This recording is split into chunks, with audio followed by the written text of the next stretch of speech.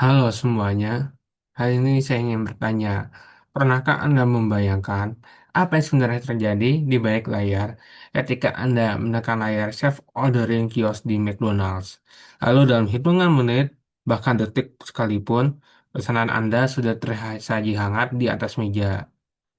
Ini bukan sekadar tentang seberapa cepat kru dapur menggoreng kentang atau ayam maupun membolak-balikan daging. Ini adalah sebuah kisah tentang bagaimana orkestrasi arsitektur data mutakhir menyelamatkan bisnis bernilai miliaran rupiah dari ancaman kelumpuhan operasional. Nah, selamat datang di bedah kasus strategis siasat omnichannel McDonald's Indonesia. Hari ini kita akan melihat bagaimana penyelarasan sistem informasi memegang kendali penuh dalam mengartikulasi cetak biru masa depan mereka atau experience of the future. Di dunia makanan cepat saji, satu detik adalah keabadian, kecepatan adalah segalanya. Namun mari kita lihat angka yang terpampang di layar 30 layar ini, yaitu 30 menit. Sebuah angka yang menjadi musuh dalam selimut bagi efisiensi sistem informasi modern. Bayangkan skenario ini, Anda memesan menu terbatas via aplikasi saat jam makan siang. Pembayaran Anda sukses, namun sesampainya di gerai, pelayan meminta maaf karena stok ternyata telah habis 30 menit yang lalu. Mengapa kekacauan ini bisa terjadi? Karena database aplikasi dan kasir gerai beroperasi di dunianya masing-masing, terisolasi tanpa sinkronisasi secara real time. Inilah dampak nyata dari kegagalan integrasi silo data. Penundaan pembaruan ini memicu pembatalan pesanan digital secara masif saat jam sibuk operasional. Dan kerugian terbesarnya bukan hanya nominal uang yang kembali, melainkan beban kerugian yang finansial jangka panjang akibat runtuhnya loyalitas pengguna Anda. Next. Nah, di bawah naungan PT Resco National Food, McDonald Indonesia berkembang menjadi raksasa industri cepat saji yang sangat mengesankan ya. Kita bisa lihat sampai saat ini, mereka kini mengoperasikan lebih dari 300 gerai fisik yang tersebar dari ujung Sumatera hingga tanah Papua. Nah, mengelola operasi sebesar itu kan berarti harus siap ya menghadapi ombak data yang luar biasa di mana setiap bulannya itu infrastruktur teknologi mereka dipaksa untuk memproses melampaui 10 juta transaksi, sebuah volume fantastis, fantastis yang menuntut efisiensi mutlak di setiap detiknya. Namun bagi mereka, kecepatan dan volume tinggi tidak boleh mengorbankan pilar standar operasi global. Disinilah tantangannya, yaitu mulai dari menjaga prinsip quality, service, clean lines, and value atau KSC&V tetap tegak tanpa kompromi di tengah gempuran jutaan data transaksi harian. Nah, perjalanan digital McD Indo ini kan sebenarnya udah dimulai dari tahun 2018 ya. Itu dia ditandai dengan langkah berani meluncurkan pemesanan mandiri atau self ordering kios di beberapa gerai. Percontohan Jakarta kayak di tempat saya dia udah mulai pakai sistem itu. Jadi kita nggak usah ke kasir lagi, udah ada mesinnya. Ini adalah soalnya ini kan udah era inisiasi ya, sebuah eksperimen awal untuk mengubah kebiasaan konsumen tradisional di gerai fisik. Namun kan, wah, masalahnya ada badai pandemi nih di tahun 2020 itu merombak segalanya secara drastis. Jadi pintu gerai-gerai fisik dipaksa tutup. Jadi yang dimana kebiasaan konsumen langsung bergeser ketika transaksi digital tanpa kontak melonjak hingga 3 kali lipat secara mendadak. Lonjakan tak terduga ini seketika menguji batas ketahanan sistem yang ada, memaksa kelemahan arsitektur lama mereka muncul ke permukaan. Hingga akhirnya kita tiba di tahun 2023, yaitu era konsolidasi. Inilah titik balik di mana implementasi seluruh penuh strategi omnichannel terpadu dieksekusi demi menyatukan seluruh rantai operasional. Ini mengubah krisis operasional menjadi lompatan inovasi digital yang terstruktur.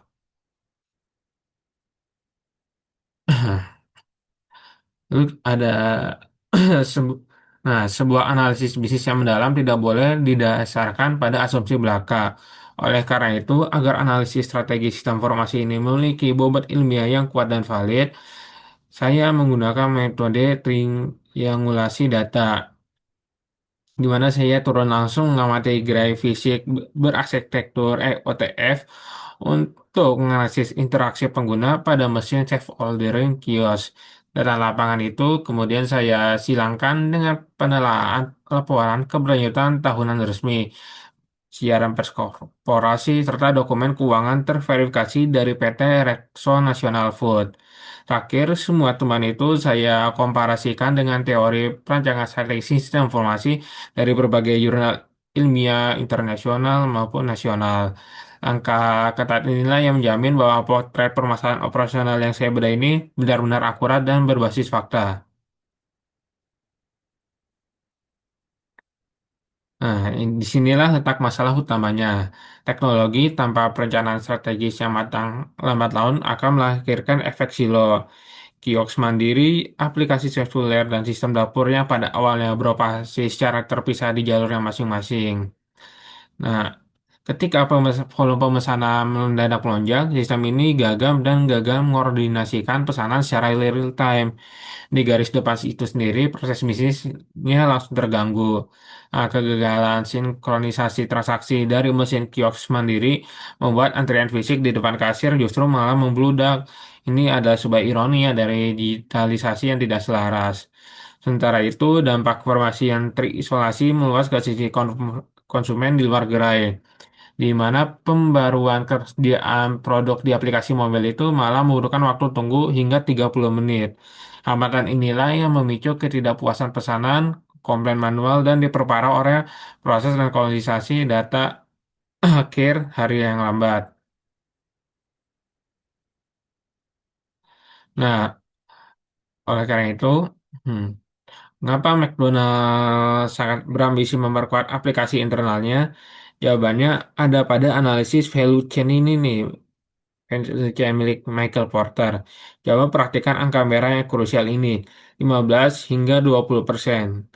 Inilah potongan komisi yang harus diserahkan kepada layanan pesan antar pihak ketiga.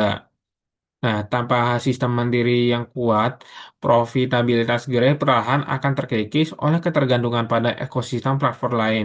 Jika kita bedah rantai nilainya, inbound logistik mereka sebenarnya sudah kokoh ya dengan cold chain IoT tracking, lalu terus efisiensi operasionnya juga didukung oleh kitchen dispatching. Namun kelemahan kritis akibat sistem silo merusak lini marketing dan sales integration mereka. Nah, ketika pemasaran dan penjualan digital dikuasai oleh pihak luar, perusahaan mulai kehilangan kendali atas data perilaku konsumen. Oleh karena itu, membangun arsitektur omnichannel mandiri bukan lagi sekadar opsi inovasi, melainkan tameng strategis untuk melindungi margin keuntungan dari tekanan agregator eksternal.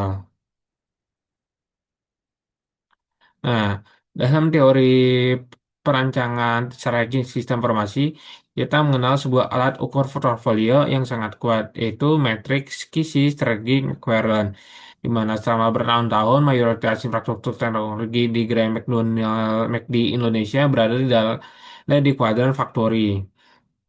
Nah, di kuadran faktor ini, sistem kasir NP6 konvensional dan layar dapur KDS murni berfungsi untuk menjaga gerai tetap nyala. Penting, tentu saja, karena kegagalan pada sistem ini akan langsung menghentikan operasional gerai seketika. Namun, sistem di kuadran faktor ini tidak memberikan keunggulan kompetitif yang jangka panjang ya, karena kompetitor itu menikah kayak KFC, AW, Ricis, dan lainnya yang sejenis. Namun kan era transformasi digital memaksa kapabilitas teknologi informasi bergeser naik ya secara drastis menuju strategi kuadran. Inilah target masa depan yang sedang dituju oleh McD, yaitu mengintegrasikan ekosistem omnichannel dengan customer data platform secara utuh. Nah, di kuadran strategis ini, sistem informasi itu bukan lagi sekadar penonton mas pasif yang mencatat transaksi, justru malah berubah menjadi mesin pertumbuhan interaktif yang menghubungkan data perilaku konsumen secara instan, langsung ke keputusan strategis bisnis, mendikte pasar, dan melibat gandakan keuntungan operasional. Nah, dari audit yang mendalam ya terhadap infrastruktur teknologi informasi, saya merangkum tiga titik buta sistem utama yang fatal. Nah, kesenjangan pertama itu berakar dari latensi sinkronisasi, di mana basis data inventaris gerai fisik masih diperbarui secara berkala dan bukan real time, yang memicu ketidakakuratan stok digital pada menu konsumen. Nah, yang kedua itu ada di kegagalan transaksi kasir. Mandiri secara beruntun saat jam sibuk operasional akibat ketiadaan jalur cadangan pembayaran otomatis atau auto failover pada mesin SOK. Masalah koneksi dengan satu perbankan mitra saja langsung melumpuhkan opsi transaksi non-tunai di garda depan. Dan yang ketiga ada di fragmentasi data profile. Data riwayat transaksi di mesin kasir tidak terhubung dengan profil akun aplikasi ponsel pelanggannya. Dampaknya pasti sangat merugikan di sisi pemasaran karena tanpa data yang terintegrasi, promosi promosi yang sudah dibuat programnya yang dikirimkan itu sudah menjadi tepat sasaran. Ciptakan pemborosan biaya iklan yang sia-sia. Misalkan iklan mahalnya harus nyewa ini, nyewa itu. Nah, lalu ini ada bagaimana rekomendasi solusi itu bagaimana kita cara menemukan pembatas silau tersebut yang sebelumnya. Nah, solusinya itu adalah perombakan arsitektur secara radikal. Radikal. Di mana saya merekomendasikan pembangunan Unified API Gateway, yaitu sebuah jembatan integrasi tunggal berbasis middleware yang tangguh. Hmm. Nah, sistem modular ini memangkas latensi transfer data dari yang semula 30 menit menjadi kurang dari 5 detik secara instan. Cepat sekali tuh. Hasilnya, data inventaris di gerai fisik dan menu di ponsel Anda akan selalu akurat ya. Nggak ada lagi insiden salah pesan oleh konsumen akibat keterlambatan informasi. Jadi udah real time banget nih. Nah, terus kan lebih dari sekedar kecepatan, arsitektur baru ini juga menciptakan sistem pembayaran anti gagal yang terintegrasi otomatis dan bisa menjadi pintu masuk bagi customer data platform. Menyambungkan gerai depan dan pusat data dalam satu kekan melahirkan pengalaman personalisasi menurut tingkat lanjut yang lebih presisi. Nah, sebuah transformasi yang besar itu tidak akan pernah bisa dilakukan dalam satu malam. Diperlukan cetak biru atau blueprint yang terukur agar operasional harian ratusan gerai McD tidak tumbang. Oleh karena itu, peta jalan strategi saya bagi menjadi tiga fase realistis ya. Di mana tahun pertama itu adalah fondasi yang saya sebut sebagai fase integrasi inti. Fokus utama, oke. Lalu, goals utama di awal adalah penerapan API Gateway dan penyatuan sistem pembayaran di Contract Drive. Lalu masuk ke tahun kedua dan ketiga, itu mulai melangkah ke fase aktivasi data.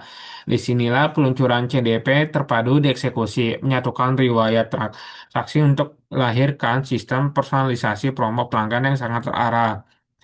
Dan akhirnya pada tahun keempat hingga kelima kita udah tiba di puncak transformasi yaitu fase kecerdasan buatan atau AI. Ini adalah era penerapan teknologi edge computing di dapur gerai sekaligus pemanfaatan logistik AI prediktif untuk meramal kebutuhan pasokan bahan baku secara otomatis dan presisi. Nah, ini ada metrik keberhasilan itu bagaimana kita mengukur eh baga- bagaimana saya mengukur keberhasilan implementasi arsitektur baru ini. Saya telah menetapkan parameter performa yang sangat ketat. Ini bisa kita lihat yang pertama dari sisi keandalan infrastrukturnya, jaminan ketersediaan sistem atau uptime jaringan dipatok harus menyentuh angka minimal 99,95%. Sangat udah ketat banget itu. Lalu kedua, dari latensi komunikasi data dari kasir ke dapur itu dipotong ekstrim hingga berada di bawah 200 milidetik. Ini menghilangkan jeda waktu tunggu ya, yang sangat capek kan kalau nanti lama, capek, bikin emosi. Yang kalau ini udah hilang hasilnya adalah kenyamanan pengalaman pemesan ini yang ditargetkan mampu mendongkrak rata-rata nilai transaksi harian sebesar 15%. Dan yang terakhir, infrastruktur integrasi ini ditargetkan mengunci rasio energi digital pelanggan aktif hingga mencapai angka minimal 45%, memastikan bahwa investasi besar pada pembaruan teknologi informasi ini nggak hanya melahirkan efisiensi operasional gerai, melainkan juga pertumbuhan laba bersih yang berkelanjutan. Hmm. Pada mitigasi kerencanan, seorang konsultan strategi yang bijak itu kan nggak hanya menjanjikan keberhasilan ya, tapi wajib memetakan resikonya. Integrasi skala besar ini membawa kerentanan kritis, terutama ancaman dari kebocoran data CDP. Mitigasi ketat disiapkan melalui implementasi inskripsi tingkat militer AES 256 secara end-to-end, audit berkala, dan kepatuhan privasi yang absolut. Lalu resiko kedua itu adalah overload traffic server saat puncak promosi nasional yang diredam dengan arsitektur auto scaling cloud dan load balancing otomatis. Sementara di lini manusianya, resistensi adaptasi kru dapur diantisipasi melalui pelatihan operasional interaktif terpadu yang disederhanakan lewat portal e-learning Grai. Lalu terakhir untuk mengatasi latensi koneksi di gerai wilayah terpencil, rencana kontingensi disiapkan melalui fitur mode luring atau offline coaching pada mesin POS gerai, memastikan operasional dan transaksi di gerai tetap berjalan normal tanpa interupsi, bahkan jika terjadi gangguan serap optik penyedia layanan internet setempat. Lalu integrasi strategis. Pelajaran terbesar dari studi kasus ini. Nah, pada akhirnya apa pelajaran terbesar yang bisa dipetik dari studi kasus ini? Yang pertama, kita disadarkan bahwa teknologi bukanlah tujuan akhirnya, melainkan sebagai sebuah alat penyeimbang. Kan mau secanggih apapun sistem yang kita beli, ya itu akan gagal juga jika nggak selaras dengan rantai bisnis hariannya. Terus yang kedua itu menyatukan silo data adalah prasyarat yang mutlak ya sebelum kita mau melangkah terlalu jauh ke strategi loyalitas digital. Kita juga nggak bisa bangun program prediksi konsumen yang cerdas di atas pangkalan data operasional yang masih terfragmentasi dan terisolasi. Lalu dan yang ketiga, arsitektur sistem masa depan itu harus fleksibel, modular, dan siap beradaptasi dengan skala yang besar. Industri QSR telah memberikan bahwa keselarasan strategis antara visi bisnis dan teknologi bukanlah opsi kemewahan korporasi, melainkan jangkar keselamatan. Nah, pertanyaannya kini, seberapa siap arsitektur sistem Anda menahan beban di masa depan yang akan mendatang? Lalu, membangun sistem informasi strategis bukanlah sebuah proyek TI yang selesai dalam sekali jalan. Ini adalah komitmen tanpa akhir untuk terus beradaptasi dan menyelaraskan diri. Karena pada akhirnya transformasi sejati selalu berakar pada keselarasan strategis, bukan sekadar modernisasi perangkat. Pertanyaannya sekarang, bagaimana dengan arah bisnis dan arsitektur sistem yang kalian miliki saat ini? Apakah infrastruktur Anda sudah benar-benar siap lonjakan kebutuhan konsumen di masa depan? Ataukah kalian sebenarnya masih terjebak dalam perangkap silo yang rapuh? Nah, tuliskan pengalaman analisis dan pendapat Anda sekalian di komentar ya, di kolom komentar. Nanti bisa kita diskusikan lebih lanjut blueprint teknologi terbaik untuk saat ini, esok hari, ke depan, dan selanjutnya. Dan jika Anda ingin jelajahi lebih banyak cara strategis sistem informasi dari korporasi besar lainnya, ditunggu video selanjutnya atau diskusi selanjutnya. Baik, sekian dari saya, Morana Amigal, atas perhatiannya. Terima kasih. Sampai jumpa kembali.